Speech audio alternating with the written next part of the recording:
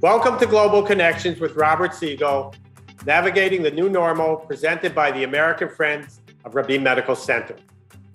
Our monthly Leaders Forum addresses vital issues facing society and technology, real estate and medicine, technology and science. My name is Dr. Joshua Cloud.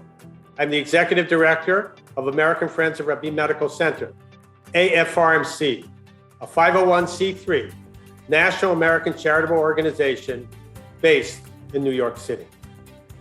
We at AFRMC represent Israel's premier hospital, Rabin Medical Center in Petah Tikva in Greater Tel Aviv, the leading institution named in honor of Prime Minister Yitzhak Rabin. The hospital is a model of coexistence, as it serves 1 million patients annually from all ethnic and religious backgrounds with the same compassionate care.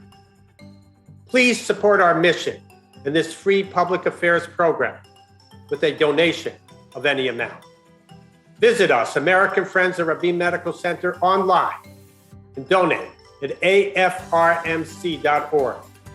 Join us on social media, on Twitter, Instagram, LinkedIn, YouTube, and Facebook. We depend on you, our audience's support, to help the hospital in Israel. So thank you if you can contribute any amount. Our host and moderator for Global Connections is Robert Siegel, former host of All Things Considered on National Public Radio for 31 years. Over the course of an hour each month, Global Connections features guests who Robert Siegel interviews as they explore important issues in our world. Today's Global Connections topic is changing times in real estate. We thank our special guest, Scott Rechler, Chairman and CEO of RXR, Stijn van Nieuwerburgh, Professor of Real Estate, Columbia Business School, and Larry Susskind, Professor of Urban and Environmental Planning at the Massachusetts Institute of Technology. And now, Global Connections with Robert Siegel. Thank you, Josh. There was a very big number at the top of a page in the New York Times business section a few days ago. The big number was 49%. According to the Times story below it, that is the average office occupancy rate compared with pandemic levels in pre-pandemic levels in major American cities, 49%. The Times writer contrasted office work with air travel. That's bounced back.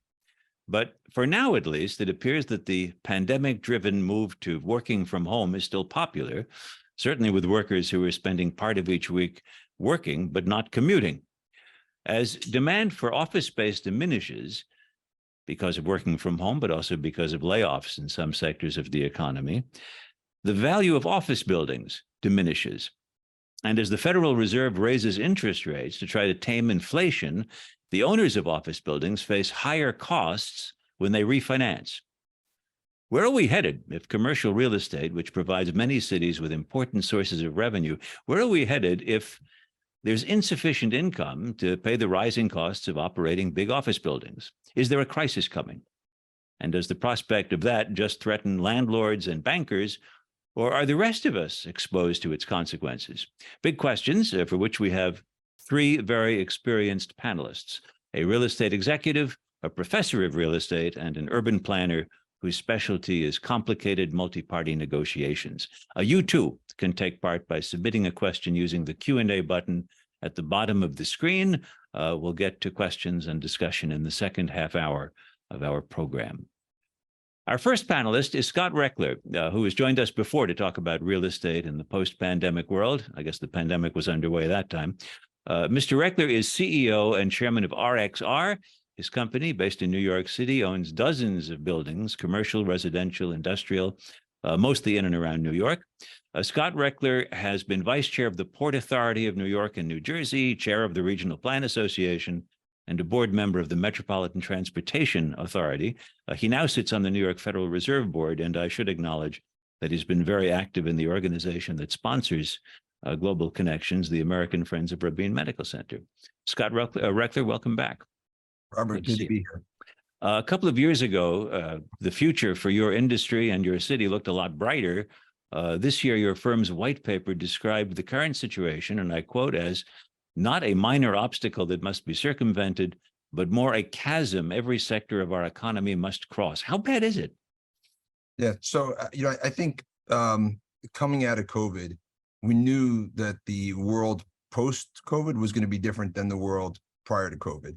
And we would speak, and the language that we would say was there was the new abnormal during COVID, and we were transitioning to whatever that new normal would be. And I think what this past year has shown is that that path to the new normal is more turbulent than anticipated. And we've seen that, whether that's the spike in inflation, the excess of liquidity that's been in the marketplace, the situation where you've seen growth that took place, whether it's technology companies or retail companies or people taking office space, assuming a level of demand that existed during the COVID period that they assume was sustainable, that wasn't sustainable, that's got to be brought back.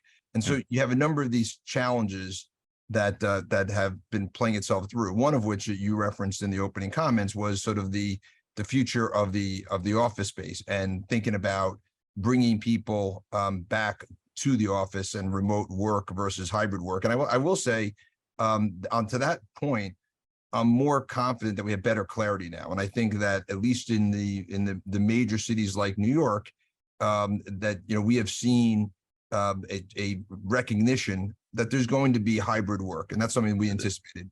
I always would say the genie's out of the bottle. You could see the benefit of technology, that when people come back to the workplace, it's going to be providing also flexibility. So when they come back, they don't have these long commutes, but when they do come back, it's also going to be a different experience. It's going to be about leaning into engagement, leaning into collaboration with your peers, apprenticeship, mentorship. And so what that workspace looks like needs to be different. And so we're in our buildings and, seeing a higher level of return to the office, at least, I would say Tuesday, Wednesdays, Thursdays, maybe in some cases, Mondays, Fridays, I'm not sure is going to be salvageable for many, but so we're situating around that new normal right now.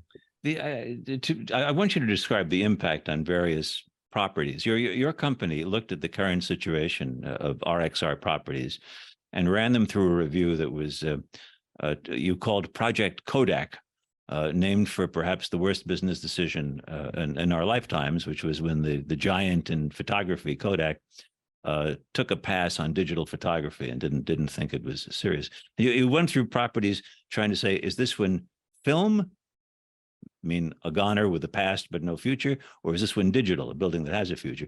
How do you decide that? What determines whether a building is film or a building is digital?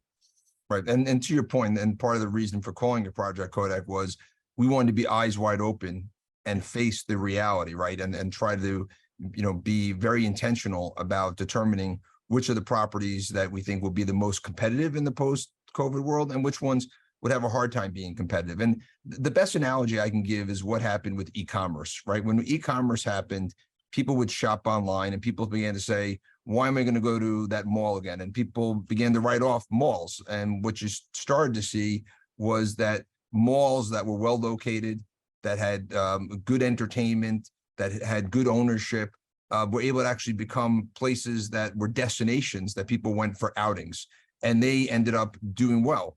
Malls that were further away, that were more commodity-like, were just sort of tired, they became competitively obsolete. And it took, a number of years to create the distinction between the two. And the same is happening with office, right? Which is the buildings that will be competitive are the ones that are easy to get to, right? The easy commute, that are in neighborhoods that are energizing, that have good restaurants, good activity, a good sense of community, that the buildings themselves have good infrastructure, outdoor space, amenities, programming.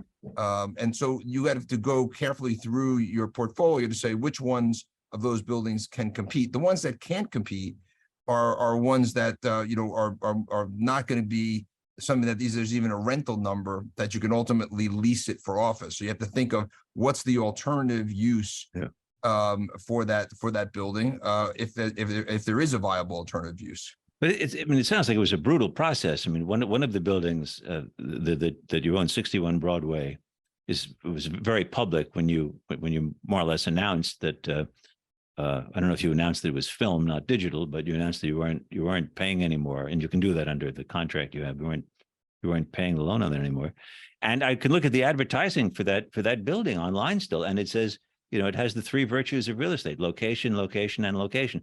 What is it that makes a seemingly attractive building in today's environment a property not worth pursuing? Yeah, so that building, it's an older pre-war building in Lower Manhattan.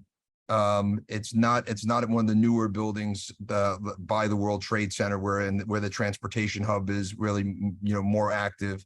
Smaller floor plates, smaller size the tenants that occupy that building, and so and to your point, when we went through the process of Project Kodak, we were pretty public about it, and we did that so that we could communicate to our stakeholders and our tenants that this is not just RXR, this is where the world is today, right? And we're going to be focused on adjusting, because this is not just a real estate problem, as you noted, right? This is, in my opinion, this is a problem for the urban ecosystem in which we operate, because if you have buildings that sit vacant, that were once assets that created vibrancy, created tax revenue, supported the local businesses, supported the local restaurants in these submarkets within our urban environments. If they sit vacant, they become liabilities. They become places where people loiter. They don't provide tax revenue. They're not supporting the local businesses, and so that could have a devastating effect on our urban ecosystem, and something that we need to be proactively trying to address. Just one other point: when you or any other property owner in say downtown Manhattan or in any other downtown in America, when you decide that it's no longer worth paying the financing on the building, that's a loan that the bank has to at some point acknowledge and write off. So we're talking about a potential real estate crisis here, but it sounds like we're also talking about a banking crisis. Yep. I think just to be clear, we're experiencing two things right now, right? One is we're experiencing a paradigm change to sort of a new regime of where interest rates were, which was, near zero or at zero for over a decade and a half, to now where they're becoming more normalized. And I'm not just talking the short-term rates, I'm just saying more generally. Everything that was valued in and capital structures that were put in place in that old low interest rate regime needs to be reevaluated today and having a new capital structure for this new regime. And this was like very similar to the early 90s, late 80s, when we had the savings and loan crisis. In that case, it was tax driven, inflated real estate values, and then tax policy changed, and that caused a problem. On top of that, we have more of the existential challenge of the future of the workplace, right? So office buildings have a double hit. But to your point, it's not just office buildings, it's multifamily, it's industrial buildings. Any building across the country that has had this problem now needs to be addressed, and it will impact banks, because particularly regional banks, because they make up about 70% of the commercial real estate loans. And when you think about local borrowers, and they tended to go to those regional banks for those loans, and now as those loans have to be remarked to the current value to reflect where the interest rates are today, many of them are underwater. I mean, I've heard numbers as high as 50% of the banks that are, I'll call the small to medium sized banks, if you marked their fixed income, their bonds and their real estate holdings to market, at this point, they would be underwater right now, those banks, right there, and their balance sheets. So I think we're going to have a shakeout. That's going to be a multi-year shakeout on the banking system as real estate loans come due and have to work to be refinanced. That's going to result into having much fewer banks around the country. Right now, there's over 4,700 banks. I could see there being 500 to 1,000 less banks in the U.S.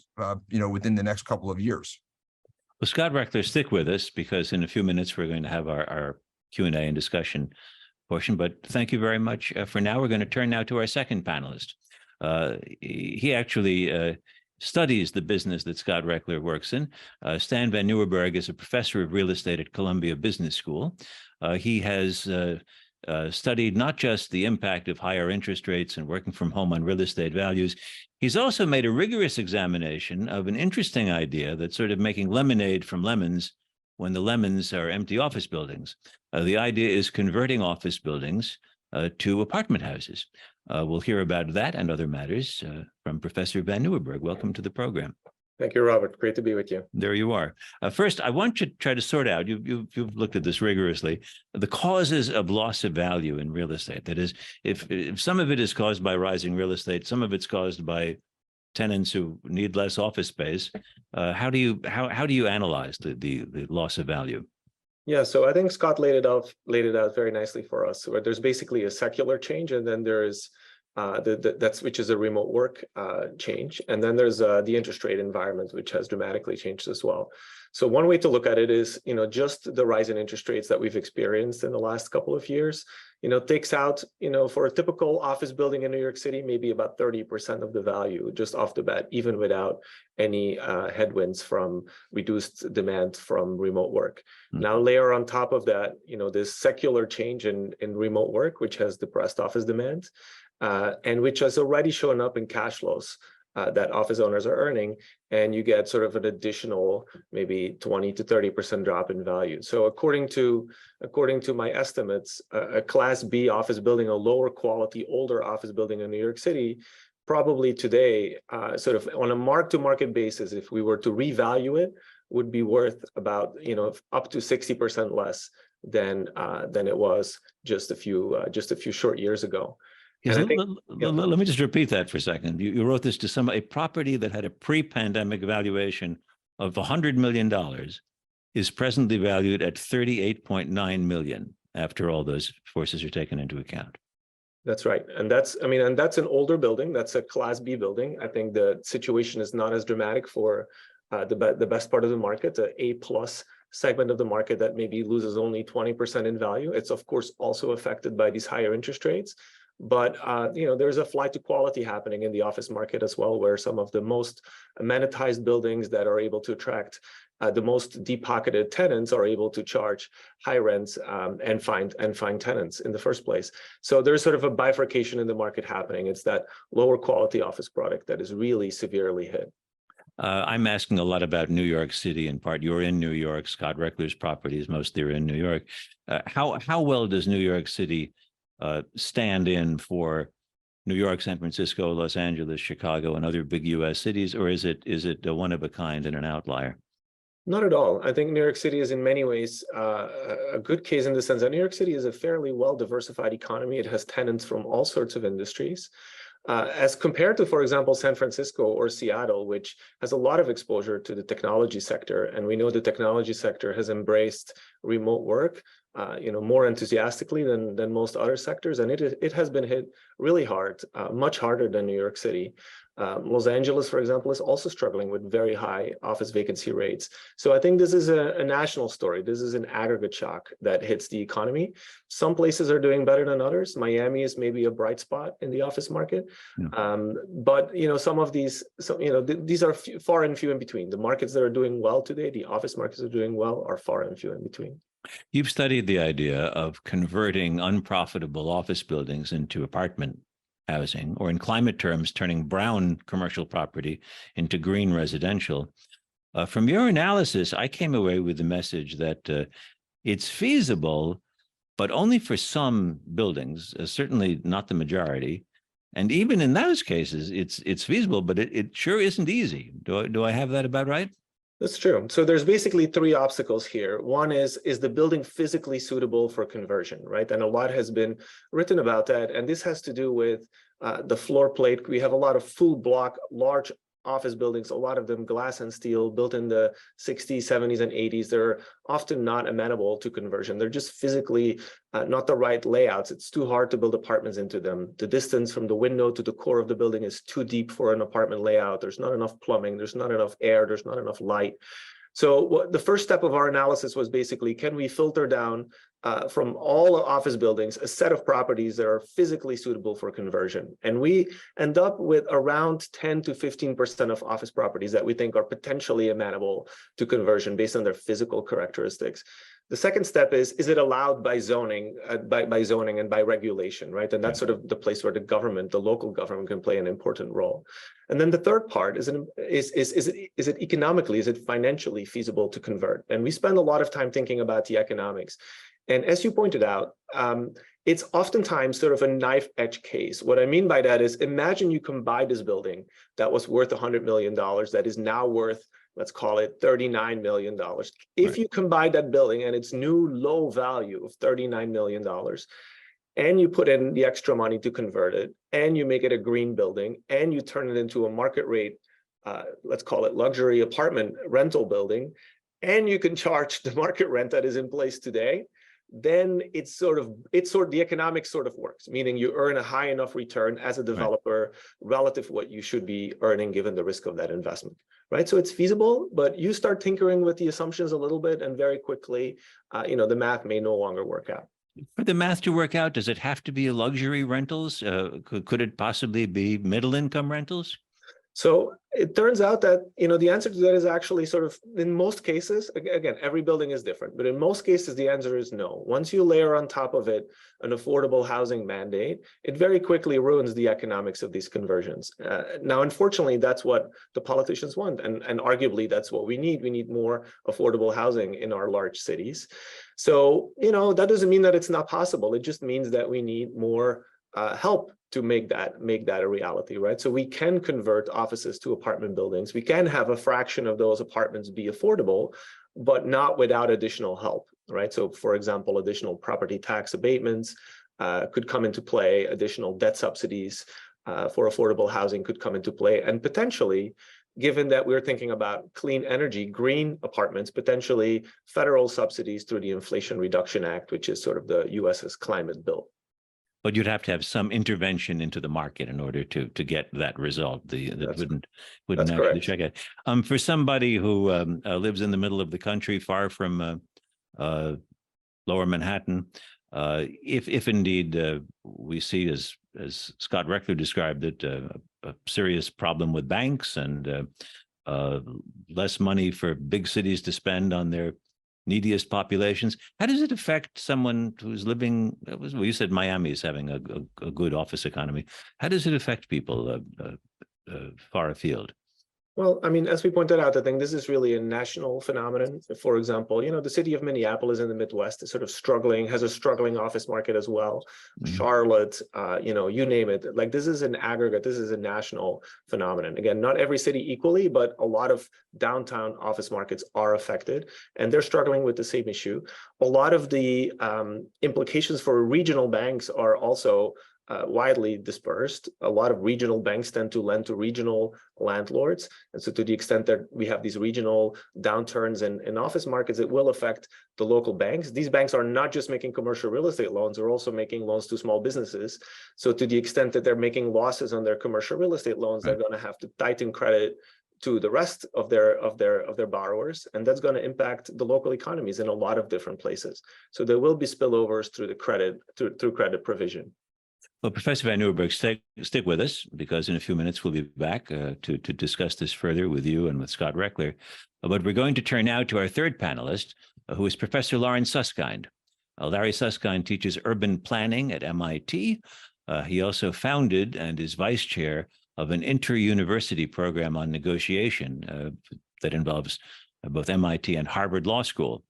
Larry has taught about dispute resolution in public policy issues. He's led graduate students to Malaysia to study sustainable city development in 5 Malaysian cities. And he's even taught about socially responsible real estate development. Larry Susskind, welcome to Global Connections. Thanks, Robert. Good to talk to you. So let's start with that intriguing phrase, socially responsible real estate development. How would you define that? Well, if you take what your last two commentators talked about, it's all from the perspective of private capital. Mm-hmm. But if you said, well, you're in public space, and you have permission to do what you're doing, which includes some responsibility, not just to make money.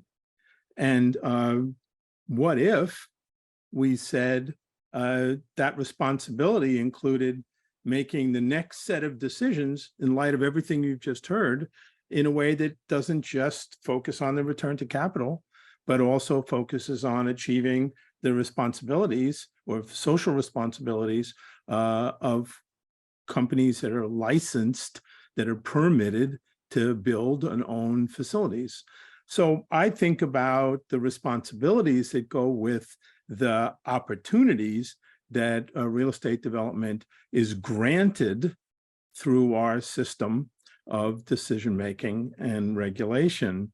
And what if you took all of Stijn's questions and looked at them from the other direction? He was alluding to the fact, well, if there was enough subsidy, federal, state, local, if the building wasn't just going to be residential, it was going to include a whole new mix of things in a new format. And some of them would subsidize others, but you'd have to change all the zoning and you have to change all the ways we think about how places are designed and developed. But what if we said the goal is to meet a variety of responsibilities at the same time as trying to figure out how to proceed in a way that the return to capital is adequate? That's what I mean by social responsibility, taking account of all of the impacts of the changes that are occurring and deciding how collaboratively all the interests in the city can work together and how the city government could facilitate a conversation and a set of decisions that would take us to a very different pattern of development, a different system of financing development, and a way of ensuring that social needs were met. So here we have this fairly common situation around the country now, which is many downtown business districts are facing losses because of higher interest rates and because of new work schedules. That means declines in real estate taxes for localities, as you've said. Has anybody around the country been especially creative in addressing these concerns and breaking a vicious circle in which we can see less money on hand to say aid homeless people, even as we're not addressing the homeless problem? Well, we have, yes, the answer is yes, and that there's different pieces of that history. If you look in New York and LA, and you look at the idea of public benefit agreements, developer comes in, says, I'm allowed to do this, but I'd like to be able to build higher or denser or whatever. The city says, well, sit and talk with the people the unions that construct housing, sit and talk with neighborhood, talk to the members of the city council that represent the section where you are, and see if you can reach a negotiated agreement. And if you can, then we'll make sure the city allows you to do even more than the minimum that regulations would permit you to do. And the concept of a public benefit agreement, which has been negotiated around all kinds of public facilities. You're going to build the giant sports arena, say to that developer, you got to talk with all of the interests spread out in the area and see if there's a way in which you can reach an agreement on how all kinds of related benefits could be generated for other groups. And if the developer of the facility and the city and the community can reach agreement, we'll let you do more than you would otherwise be able to do, thereby increasing your profit, but ensuring that that extra value is focused on a way that meets the needs of those whose needs are so far unmet by the market. And that idea of negotiated development, we have lots of examples across the country, place by place, moment by moment. I think we need to be thinking about a system that says, whoa, this problem we just heard about today, this is everywhere. There's going to have to be a very different kind of discussion about what the redevelopment is going to be of all of these places that are only half full. By redevelopment, I mean, the word suggests to my ear at least the possibility of knocking down buildings that have been there for a long time. That may be the best decision as long as everyone agrees what's going to be built after and how the benefit of the rebuilding is going to be shared, then people would say, yeah, of course, as long as I get my money back, or the city gets its money, or the developer gets their money, tear it down, build it again. This is a normal process in the history of cities. Do you agree that the hybrid work week, or I think as Scott Rechler said, that Fridays are virtually lost now to all office work. Do you believe that that is something permanent, and that in fact we've turned a major corner as big as it was when we went from a 5.5-day work week, and people used to work half a day on Saturday, and now they work. We used to think they worked 5 days. Now they work at home for that time. Is it, to your mind, is it conceivably reversible, or is it the new order? I can't prove it, but in my mind, the addition of flexibility across the board is here to stay. Yeah. And you want to attract the employees who you really want and need, and you want to keep them. Flexibility. And flexibility for some means being able to work from home, being able to work different hours, or it might mean being able to come to an office that's structured in a way that's different to meet the needs of a new set of workers. But yes, I don't think we're going back. I don't know what we're heading to, and I don't think we're heading to the same thing everywhere at the same time. But does structured in a new way mean that's not your office or your desk? You share that with the other guy who comes in for the other half of the week, or the other woman who works Fridays? That certainly happened in a lot of contexts. And I don't think that's going to go back. Everybody gets their own private office, bigger because you have more status, and somehow the work still gets done. I don't think so. So I told you I'm product of an upbringing in a famous, or some would say notorious, housing project that was built with a huge tax abatement for Metropolitan Life Insurance Company, Stuyvesant Town. It was the idea was to have housing for returning veterans from World War II. The city faced a terrible housing shortage, and for all of its peculiar history and unattractive things about it, it was a great place to grow up, and it was affordable, and it was a place for teachers and cops and firefighters, as well as lawyers and a couple of doctors to live in. That was part of urban renewal. They paved over the old gas house district of Lower Manhattan to build this thing. Is there another age of that in our future, of saying, look, we have a real problem with the housing for the so-called missing middle, and we have half full office buildings that are occupying prime real estate? Let's revisit urban renewal. This time, at least we won't be destroying neighborhoods, only office building sites. I think we have terrible urban renewal stories in different parts of the country, and we have superb urban renewal stories. The critical question is, who's going to participate in making decisions about what happens in each given place? And if you say the goal is just to get the economy back online and get the banks back in to the profit side, you're going to get urban renewal decisions that are going to destroy places, destroy people, but more importantly, miss opportunities that are possible in a new technology age.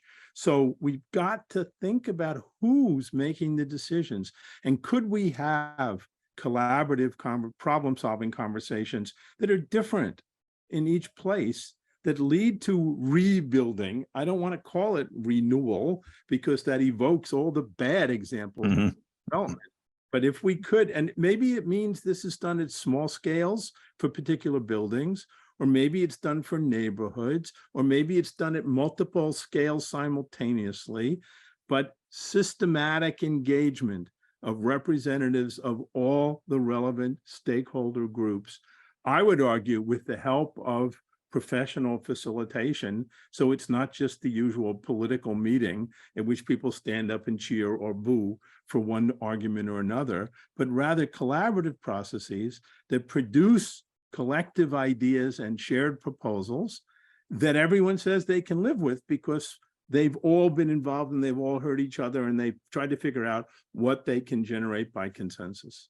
Well, we're all going to now hear one another. I'd like to bring back Scott Rechler and Stijn van Nieuwerburgh to join you, Larry Susskind. And first, I'd just like to ask you, starting with Scott and then Stijn, and then you, just to comment on what you've heard from your fellow panelists, if there's something that you'd like to either underscore, state your agreement with, or your disagreement with. Scott Rechler? And then just, I thought Professor Susskind's comments about public-private partnerships and collaboration is key. You know, when we think then the point, we've seen some really good ones and we've seen some bad ones. I've been involved in some very good ones.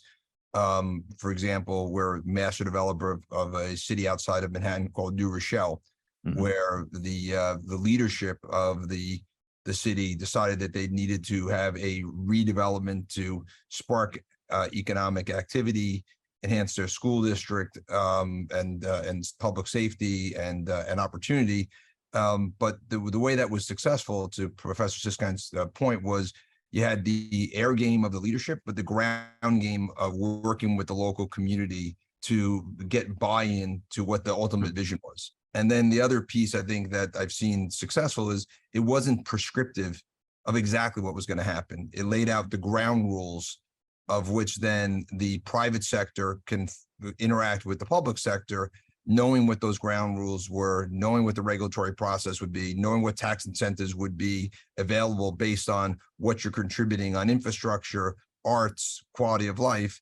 And that sparked activity. And, you know, we've seen that in Manhattan also with the East Midtown rezoning as well. So I think that, for the situation where we are right now, where we need such a high level of reimagination of our urban centers, I think we need the leadership to help set establish some ground rules, and expedite some of the regulatory challenges. So otherwise, I don't think the private sector is going to be able to effectively participate and produce what is an outcome that's 1 + 1 = 3, and there's a win-win-win situation there. And Stijn van Nieuwerburgh, thoughts on what you've heard from your fellow panelists?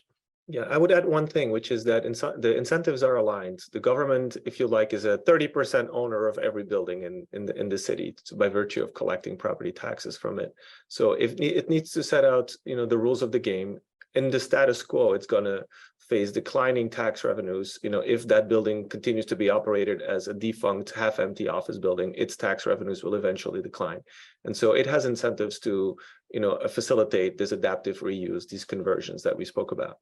So I think the conflict of interest in some sense is not there. There is sort of an alignment of incentives just from the tax base. But I do agree that there are a lot of stakeholders in cities that need to be engaged in the process.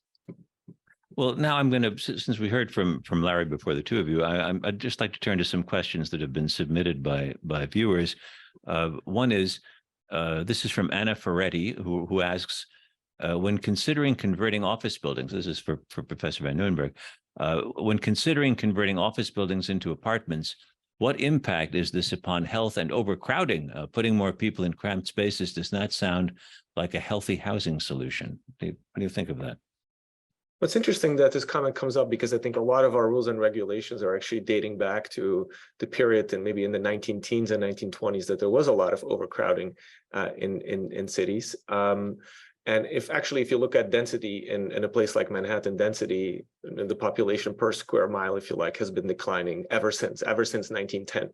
And it's actually much lower now than it used to be in those periods. So I think a lot of those fears are potentially sort of fears from the past. We do have building codes that sort of make provisions on what cannot be done.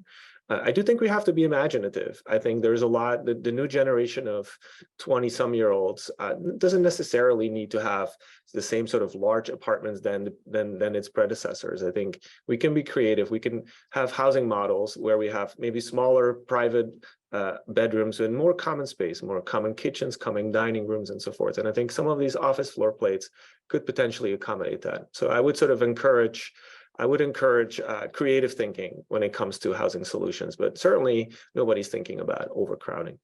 It's a question I'll put first to Larry Susskind, but I'd like to hear from all of you on it. An anonymous attendee asks, For those of us who miss the camaraderie of the office, what is the future of office social interaction? How will this change our overall sense of community in a social sense? Let me translate that into the university context, right? During the pandemic, nobody was coming into a class, nobody's coming to school, and we still managed to create a community. We have whole years worth of graduates who missed all the classes and all the normal social interaction, especially those who wouldn't have been living on campus. But what we had to do was learn a very different way of creating community online. It was supplemented recently by more face-to-face, but it hasn't eliminated the online development of community through hybrid relationships. So I think that the companies that are trying to worry about the quality of work life need to engage their employees and talk about different, not just one solution, different ways that different subgroups can find the partnership and the companionship and the community that otherwise they would be missing if they're not going into the office every day. But I don't think it's impossible for those places to have different kinds of community generated by the participants, not just from the company headquarters on down, but give resources to the groups, let them figure out how they want to generate relationships amongst them. I don't think it's impossible. Scott Rechler, thoughts on the new form of office work and the social relations that will follow from it? Yeah, I would say I do think there is a meaningful dilution of social relationships and personal and professional development if it's fully remote. I think that if you have a hybrid program and if you lead with personal interactions and supplement with flexibility, as Professor Susskind said, I do think that is a part of the norm to be competitive in the future. But it's very, very difficult for most professional roles. Some are not this case, but most of them that are based on interacting with people, looking at people as your mentors, they're your apprentices, you're listening to them on phone calls, you're watching them in meetings, that are much more not designed ahead, but things that happen that you can't plan for, right? Spontaneous interactions. And so I think it's a key, but I also do think when you're in the office, you also need to be much more intentional about not coming to the office and sitting in front of video conference in your own office throughout the day. You need to be forcing these personal interactions, right? And that's something that we do at RXR. We have, when we're here, we have a series of in-person meetings, walk-arounds, events after work, and then on days where we have remote, which is on Friday, we actually have very intense video conference days where we can have 500 people participate in the town hall session, that they can get a better feel for what's going on via a online medium than they would if they were in the office, where we wouldn't be able to see the face and put up slides and have some of those interactions. So again, it's a new world, but I think as technology continues to evolve, we'll find a way to blend that hybrid as effectively as possible. And Stijn van Nieuwerburgh, thoughts on social relations and the new style of work? Yeah, I will give one anecdote, which comes from a major accounting firm as well as from a major financial services firm, which is, when they bring in their new group of first-year interns, fresh out of business school or out of undergraduate, they track their productivity. And what they noticed is that the folks that they hired in 2021 who were remote in that summer internship, performed meaningfully worse in their job sort of a year down the line compared to previous cohorts. And that was just a measurable statistic. And these firms decided to bring those groups back as soon as it was possible for essentially retraining or additional training. And so I think it does show that there is a lot of mentoring, there's a lot of learning by doing happening on the job in person, especially for those first few years of one's career. And I think we need to be mindful of that. Now, that doesn't necessarily mean that that needs to take place in an office. It could take place in a conference room. It could take place on an offsite retreat. There's sort of many real estate solutions to that problem. But I do think the adoption of corporate culture, the mentoring and the training is sort of a critical stage, and it does require in person. Right, but also I'll just add to that point, which is, the great resignation was not by accident. I know we were in a tight labor market, but there was also a period of time where there was not a sense of connection. Everyone was a free agent. If you wanted to leave your job, you didn't have to go back into the office to say goodbye to your friends. You didn't have to pack up your desk. You didn't have to change your commute. All you had to do was change your email address, and you sat in the same seat in the same, in front of the same computer.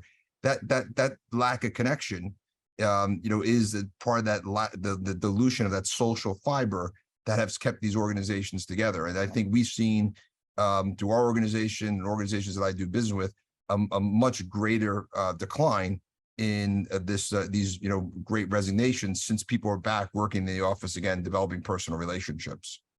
I'll put this question to you, Scott Rechler, maybe our last from the audience. Another anonymous attendee asks, how can a young couple buy their first apartment in this economic environment? And I'll broaden that to, or perhaps house in another city. It's pretty rough.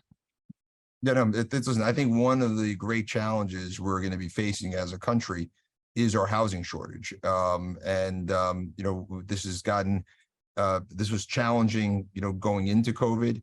It's been now exacerbated by the increase in interest rates, which not only makes the cost of buying a home or an apartment more expensive because your mortgage payments are higher, but at the same time has created a credit crunch that's now reducing supply.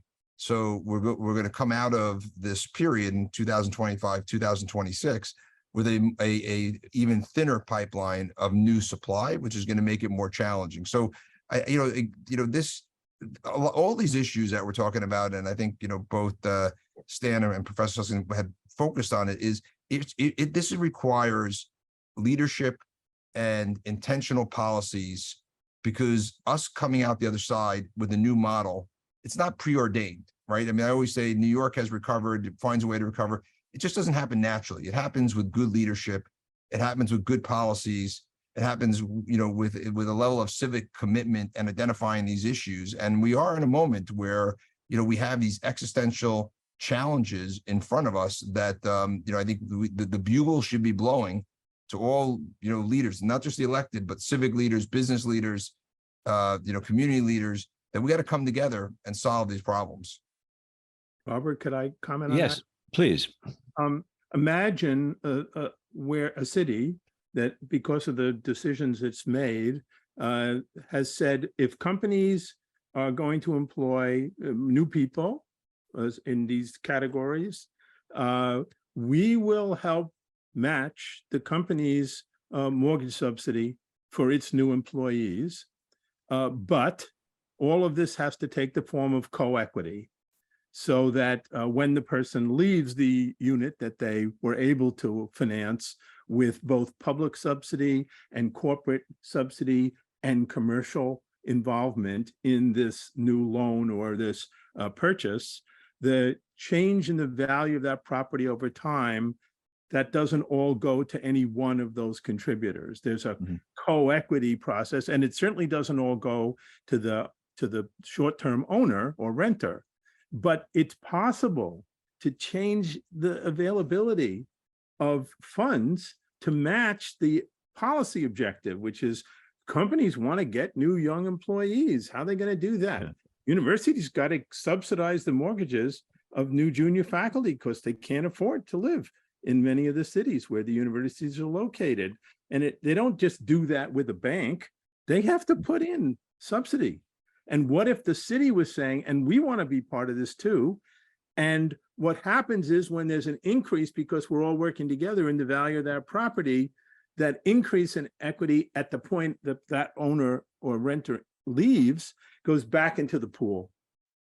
It's possible to have new forms of partnership, not just public-private, but more elaborate. And we could help that person that Anonymous is worried about being able to buy their next place, because it could be part of their work benefit. It could be part of their engagement in that city. Yes, I was going to say that one of the things driving people to prefer working from home is not driving. is in fact it's so expensive perhaps to live close to where one works that one has taken on a big commute that can be avoided. But it's even more complicated than that. We live in an era of two worker households, and there may not be any place that's close to both workplaces that the two people have. Let me put a question to you that Alan Birkenwald asks, and I'll ask Professor Nieuwerburgh to answer this one. With declining commercial real estate values, will residential real estate become more valuable? It's actually a very interesting question, and I think a very difficult question. It is hard for me to imagine a city whose office values are declining precipitously and that is sort of financially in dire straits with an environment where residential real estate is flourishing and booming. That is difficult. What I can imagine is that cities like New York City that are fundamentally strong, that still have very strong amenities, that are attracting young people, can sort of turn the ship around through strong leadership and can turn some of these, offices of which we have too many into apartments of which we have too few, and that can sort of be accretive to the value of the city. I can imagine that. But comes a point where once you're Detroit and the city's spiraling out of control and you're losing population, that the value of the residential real estate will also begin to decline. So it's important that we don't get to that point in sort of our major cities. I have a question for Scott Rechler. You mentioned that one consequence of all this, as banks write off bad loans to real estate projects that are no longer worth what they used to be worth, we'll lose a lot of banks. That is, we'll have far fewer banks. That's exactly the opposite of the policy aim that we came out of the Great Recession with. That is the feeling that if we have too few banks, we'll have bigger banks, all of which are too big to fail, and we end up, the government ends up backstopping the few banks that survive. Is there any way to avoid our losing hundreds of banks over the next few years? Yeah, and I think again, I think there's still going to be a lot of banks compared to other parts of the world. And I think Stan, made the point also in his commentary about where we stand right now in terms of the banking situation. I would say that the key to these banks is not so much the too big to fail, is that they are the fabric of those communities, right? They are the lifelines to the small and medium-sized businesses. So it's not just real estate, but that small to medium-sized business, they're not going to JP Morgan or Goldman Sachs for a loan. They're going to XYZ local bank who has a relationship with them, who's helping them fund their business. And so what I think the issue is that we're going to have more of a challenge throughout our country than we did during the great financial crisis, where it was more isolated in the bigger banks. So which I think could be worse of a circumstance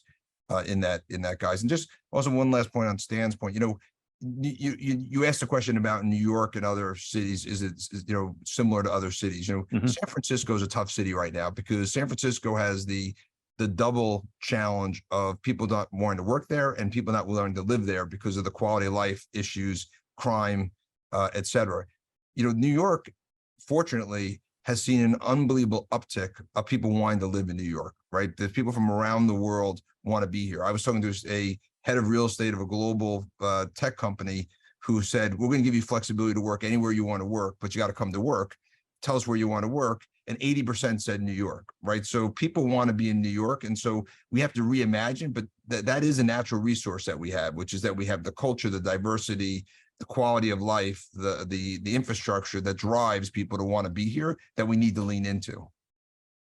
Scott Rechler, thank you very much. Larry Susskind, last thoughts, if people should come away from this discussion of where we are in real estate right now, what do you think is the most important message they should take? Don't search for a single solution.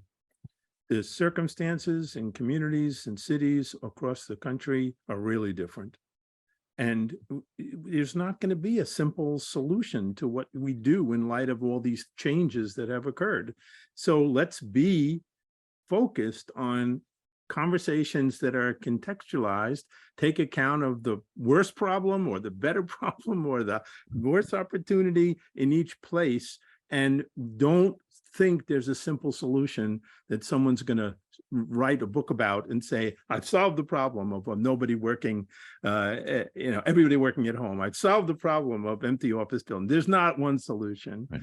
A lot of hard work to come up with strategies to do better in each place. And Stijn van Nieuwerburgh, last thoughts? Real estate is slow moving. Leases are very long term. Mortgages are very long term.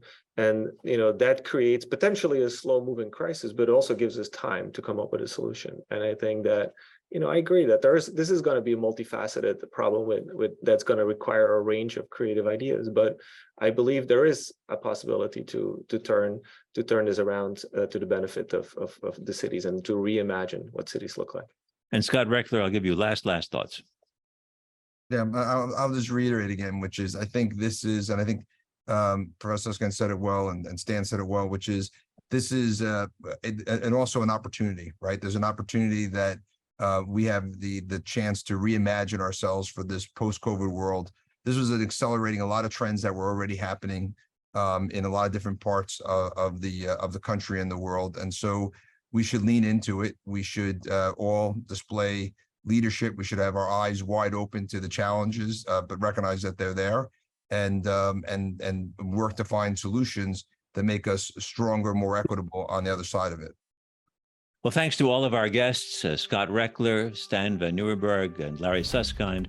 Also, many thanks to Joshua Plout and Roni Giuliano of American Friends of Rabin Medical Center, which produces Global Connections, and also thanks to our technical director, Bobby Grandone. Our program sponsor is the American Friends of Rabin Medical Center. It's a 501c3 national charitable organization. It represents in the United States Israel's largest hospital, Rabin Medical Center in Petah Tikva in Greater Tel Aviv. The group's website, by the way, is www.afrmc.org. Next month, we will rebroadcast our forum, Who's Afraid of Artificial Intelligence, with guests Professor Sherry Turkle of MIT, Professor Daniel Rockmore of Dartmouth College, and Dr. Lior Pearl, director of Israel's Rabin Medical Center's Innovation Lab. I'm Robert Siegel, and this has been Global Connections, Navigating the New Normal. See you next month. Stay healthy and stay safe.